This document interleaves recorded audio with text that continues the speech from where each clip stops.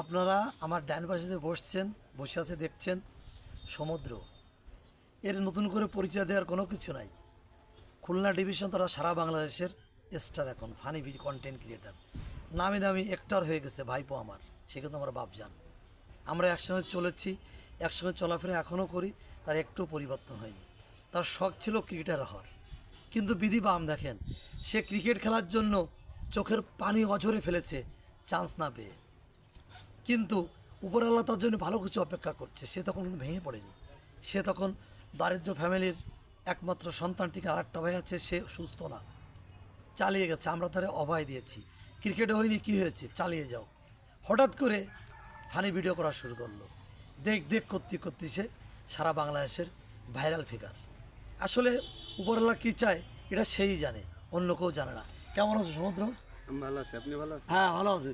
তো তুমি তো এই জগতে কীভাবে আসলে? তুমি তো ওদিকে ছিলে ক্রিকেটার। হ্যাঁ। তুমি ক্রিকেটার না হয়ে যে চোখের জলে বুক ভাসাইছিল, মনে আছে তোমার? তুমি তখন ছোট, 15 সাল তুমি তখন ছোট, মনে আছে। এখন তুমি কি করে হঠাৎ কন্টেন্ট ক্রিয়েটার হলে?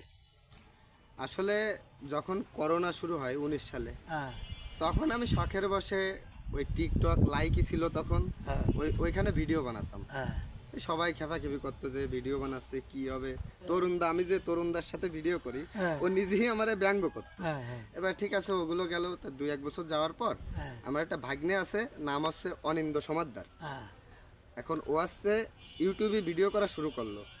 আর আমাদের সবাই, আমরা পাড়ায় ছেলে পেলে যারা আছি সবাই ডাকে বললো কি আমরা একটু ভিডিও শুরু করি ইউটিউবে।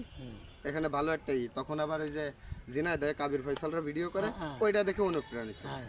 এবার ভিডিও করা শুরু করলাম। 2-1 দিন করার পর সেই ওয়ানি আমারে বলে, তোর ভিতর কিন্তু ভালো ভাব আছে এই অভিনয়, তুই কিন্তু কর আমাদের সাথে। আমি কিন্তু তখন রেগুলার করতাম না। এরপরে ইউটিউবে করতে করতে ওইখানেও মোটামুটি ভালো ভিউ হতো। এবার কিছুদিন পর ওই অনিন্দর ছেলে আর কি মারা যায়। আমি পুরো কাহিনীটা বলতেছি। অনিন্দর একটা ছেলে ছিল 3 বছরে, সেই ছেলেটা মারা যায়। হ্যাঁ মারা যাওয়ার পর আমরা সবাই ভেঙে পড়ি। আমরা খুব ভালোবাসতাম, আমাকে নাতি হতো। এখন তারপর আর কি আমাদের ওই ভিডিওটা আর কি অফ হয়ে গেল।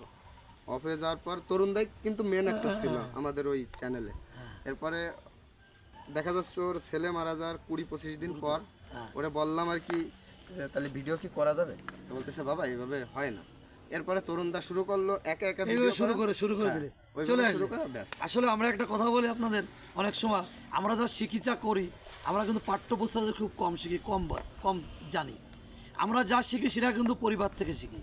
আমি মনে করি শতকরা 95% আমরা পরিবার থেকে শিখি। সে কিন্তু এরকম একটা পরিবার বিলং করে যার বাপ ছিল যাত্রা মাস্টার, মানে ফ্রন্টার। তার মা একটা ভালো অভিনেত্রী, তার বাবা ছিল ভালো অভিনেত্রী।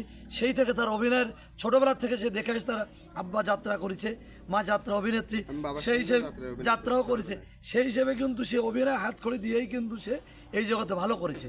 অতএব আবারই প্রমাণিত হলো যে আমরা মানুষ যা করে 95% বেশি সে পরিবার থেকে শেখে।